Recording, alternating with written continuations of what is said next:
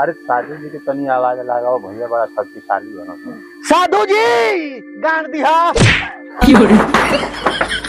कौन अरे मदद चोट साला करिएवा तोरा समझ में ना आवेला रे। हाँ वोट मांगे चलल बन जा, जहे तहे अटपट बोल देता ले। हाँ कुछ लूर उर बा कोई दिही रे फुट रे। तो तनी उठपट मत बोल रे, ये बाप रे बाप भैंचेड़ा वोट मांगे चल गया के बारी तो गई भैया। ए दादी ई बाबा का भोसरी के ई साधु बा की साधु बा करिएवा के करके कहीं ना जहे चलेला सहे बेइज्जती करवा दे। हां बेइज्जती का हम करे साधु जी आशीर्वाद दो, कौन गलती कला है? अरे तो कम सुनेलन साला, तोरा समझ में नहीं के आवत। उ कहबे का तो सुनहन का।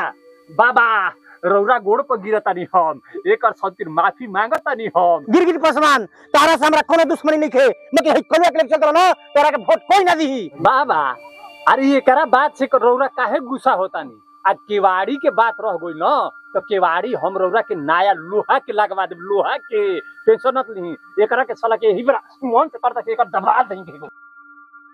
देखो गिरगिट पसमान हमरा तारा से कोनो दुश्मनी नहीं खे, तोहरा के वोट मिली मगर कलुआ के वजह से तार कुल वोट खत्म जाता है, ये जान लो। अब एकरा गाल में गोली एकरा काहे के दे हरे, काहे के दे हरे रे? हां साला एकरा के ले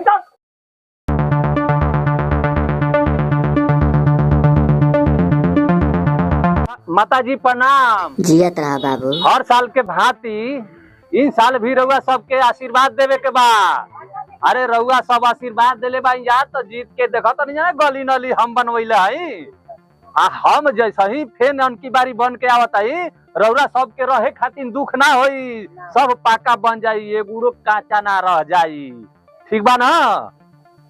अब विधा पिलजीना कॉलोनी फिर से आई दादी, बस भाई हटिया छाप के ध्यान रखे के बा।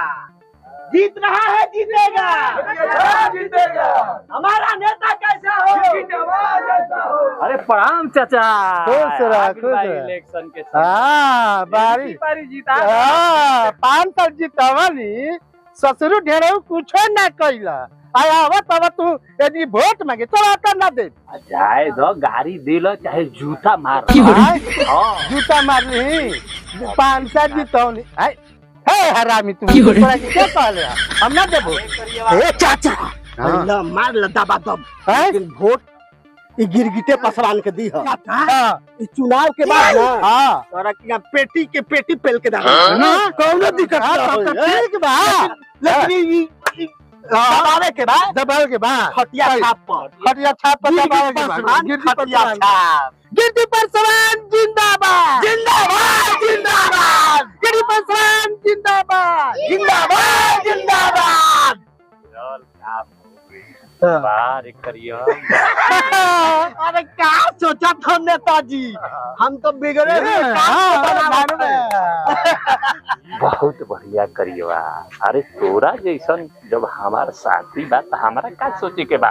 ऐसन ऐसन लोगन के दारू पिया के खुश कैले रह, आ तोरा के हम खुश लो, तोरा के तन की पब्लिक में मार दही ना तो समाजवादी से काम लिए खिसी ऐसी तो हमारा पे ठीक न? ये तो बात ठीक है नेताजी, लेकिन तू बहुत तेज मारत हो। जब हम रात को सोवत है खटिया पर ना तो हमरा यहाँ से लेकर के यहाँ तक दुखता है, पीछे तक। दिन भर तो पहले साथ में घुमावत गान मार लेता है, और उसमें नहीं तो 2-4 थप्पड़ देकर मार लेता है। अरे तो चल तोरा के आज तेल लगा के मालिश कर दे। जीतेगा जीत रहा है, जीतेगा। प्रणाम चाचा जी।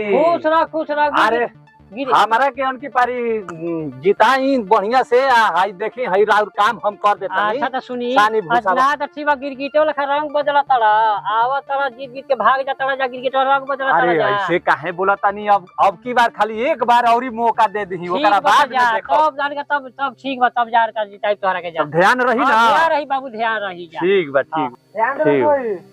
खटिया छाप खटिया छाप जिंदाबाद जिंदाबाद जिंदाबाद। खटिया छाप जिंदाबाद। हमारा नेता कैसा हो? हमारा नेता कैसा हो? जीतेगा जीतेगा।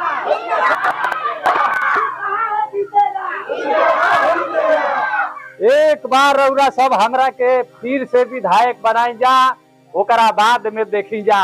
इनकी पारी एक बार और हमरा के चांस दी जा, ओकरा बाद में हम हर काम करब रउआ सबके, नली गली, यहाँ तक कि जेकर काचा मकान होई ओकर पाका हो जाई। एमे टेंशन नहीं खेले के। हमार नाम हो गिरगिट पासवान। हाँ पेड़े पर ही ना तुरंत बदली ना। हमारा नेताजी के खटिया छाप बा, ये खटिया छपवा पर मोहर लगाई के हमारा नेताजी के ई बार जिताई देवे के बा। आज तकल से जो कौनो नेता ना कैले हुई कि हमार नेताजी करी हम। पूरा पूरा समाज सेवक ई लंगड़ा के वादा बा, ई हम सब के वादा बा कि नेताजी सारा काम करी हाँ, जवन की आज तक नेता भैया के बाद कोई ना कैले हुई। आज तक नेता होता ना सब घूसखोर होता ना, जितना पैसा मिलत है सब घर मकान अपने भीतर डाल के बैठ जाता ना। लेकिन हमार नेता गिरगिट पासवान ऐसा उठल बा ना कि हमारा बुझाता कि आप लोग जिता देता ना तो सबके उठा दिया पूरा। गिरगिट भैया जिंदाबाद, हमारा नेता जिएगा, नारियल पानी पिएगा।